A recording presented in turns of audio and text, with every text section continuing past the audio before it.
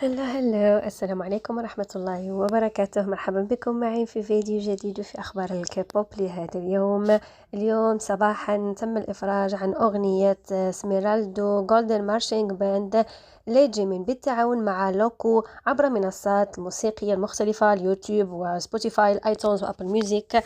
الأغنية حماسية وجميلة جدا جدا جدا. طبعا ما في شيء بيجي قدام أعضاء BTS. جيمين أغانيه ناجحة كالعادة، الأغنية جميلة، والأهم من هذا الشيء كله إنها نجحت بدون ترويجات الشركة. وجيمين دعس على الكل اليوم صباحا، لأنه كما عارفين البارحة قلت لكم لسه كمان حتنزل أغنية. في الأول 5 دقائق على مخطط ميلون كانت الأغنية في المركز الأول. بعدين تصدرت أغنية جيمين المركز الأول عبر مخططات آيتونز في 100 دولة حول العالم، وذلك خلال 4 ساعات و50 دقيقة. أصبحت الأغنية الأسرع تحقيقا لهذا الإنجاز في عام 2024. هيمنة جيمين على المراكز الأولى عبر محرك بحث موقع ميلون الكوري. من لما نزلت الأغنية لحد الساعة وأنا بجهز الفيديو، جيمين بالمركز الأول، والمركز الثاني اسم الأغنية. مراكز أغنية جيمين عبر مخططات آيتونز في الأسواق الموسيقية الثمانية الكبرى حتى الآن: البرازيل، اليابان، فرنسا، الولايات المتحدة، المملكة المتحدة، ألمانيا، أستراليا، كندا. استحوذ جيمين على المراكز الأولى في الترند كوريا والترند الولايات المتحدة بعد إطلاق أغنيته. حققت الأغنية كمان الأولكيل بترأسها مخططات آيتونز جميع الدول العربية: الأردن، البحرين، مصر، فلسطين، لبنان، سلطنة عمان، قطر، المملكة العربية السعودية، والإمارات العربية المتحدة. وبعد ما مرت ساعتين فقط من إصدار الأغنية كانت بالمركز الأول في آيتونز الولايات المتحدة. كمان الفيديو الموسيقي لأغنية جيمين احتل المركز الأول في آيتونز الولايات المتحدة للفيديوهات الموسيقية، متجاوزا بذلك الإصدارات الجديدة اللي هي ليسا كانت بعده بالمركز الثاني.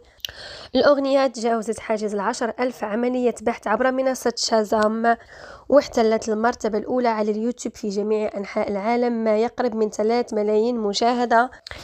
هي تصدرت آيتونز 100 دولة في غضون 4 ساعات، وأنا بجهز الفيديو تصدرت كمان 4 دول جديدة، والآن صار المجموع هو 105 دولة.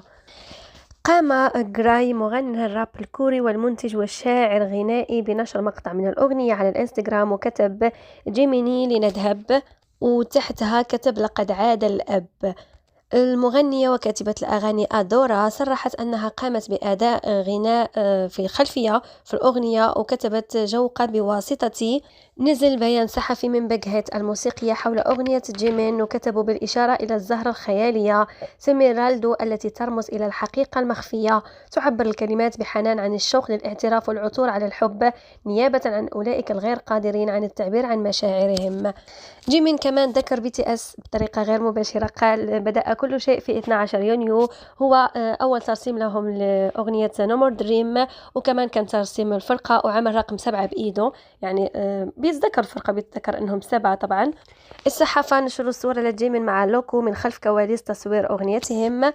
ولوكو قال عن تعاونه مع جيمين: فنان مذهل وموهوب جدا، كان شرفا كبيرا أن أكون قادرا على العمل معها.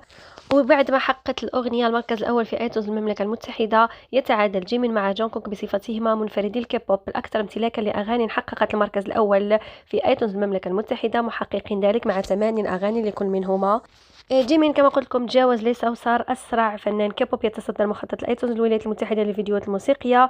جيمين ساعة و43 دقيقة، وليسا ب3 ساعات و37 دقيقة.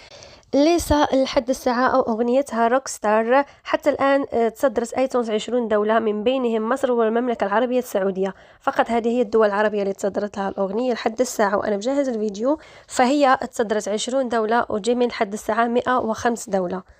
طبعا نجحت أغنية ليسا في اليوتيوب، هذا كان واضح أنه حققت الأغنية 1,000,000 مشاهدة في أقل من نصف ساعة، كما حققت 500,000 مشاهدة في 14 دقيقة فقط.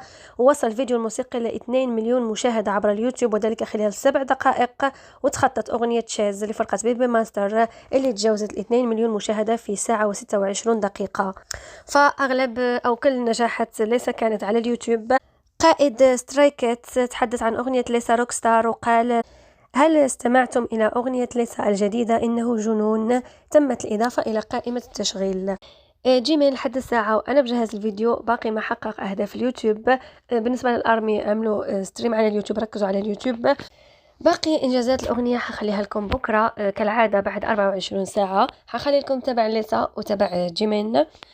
تخطت روزي حاجز 44 مليون متابع على التيك توك لتستمر كونها أكثر منفردة كيبوب متابعة على المنصة، والثالث بشكل عام بعد BTS وبلاك بينك. حصلت أغنية جيني التعاونية One of the Girl مع The Weeknd وليلي روز على شهادة ذهبية في إيطاليا لبيعها أكثر من 50 ألف وحدة في هذه البلاد. تحديث نادي المعجبين الياباني بصورة لجونكوك. تحدثت قناة يون هاب في نشرتها الإخباري عن إشادة الصحف الأجنبية مثل البيلبورد ورولينغ ستون بألبوم RM الجديد RPWP. قالوا صنف الألبوم المنفرد الثاني لآرم من الفرقة الشهيرة عالميا BTS كأفضل ألبوم وأفضل أغنية للنصف الأول من هذا العام في قوائم الصحافة الأجنبية الرائدة. قال البيلبورد أن الألبوم مثل قفزة كبيرة إلى الأمام له كفنان منفرد، وأنه حطم التصور بأن هنالك حدود في الكيبوب، بينما قالت صحيفة رولينغ ستون بأنه يغوص عميقا ما بين شخصيته التي هيمنت على سوق الموسيقى العالمي وبين الشاب الصغير العادي. تحديث حساب كاكاو جيفت شوب على الانستغرام بصورة لتيه يونغ من غلاف كتاب صور تايب 1. تم الإفراج عن البوستر الثاني لمفهوم كتاب صور تيه يونغ المسمى بتايب 1 اللي حيتم إصداره يوم 9/7. هذه هي مراكز أغاني BTS عبر مخطط سبوتيفاي اليومي للأغاني. أغنية Never Let Go لجونكوك خرجت، فكتفوا ستريم عشان نقدر نرجعها بكرة. تحديث الحساب الرسمي لكومبوس كوفي على تويتر بصورة لتيه يونغ. وفقا لمراجعة قناة KBS سيتم بث فيديو مباشر إضافي لأغنية ميرالدو غاردن مارشينج باند في 4 أغسطس، وتبلغ مدته 1 دقيقة و10 ثواني. وتم الإعلان أيضا أنه غير مؤهل للعرض للجميع، فيما معناه أنه اعتبروا الأداء سيء. معرفتش ليش سيء، هو أصلا جيمين مع الأطفال، فما فهمتش الصراحة. حنشوف. حوقف الفيديو هنا لحتى ما يكون الفيديو طويل وأكملكم في فيديو بعده، وباي باي.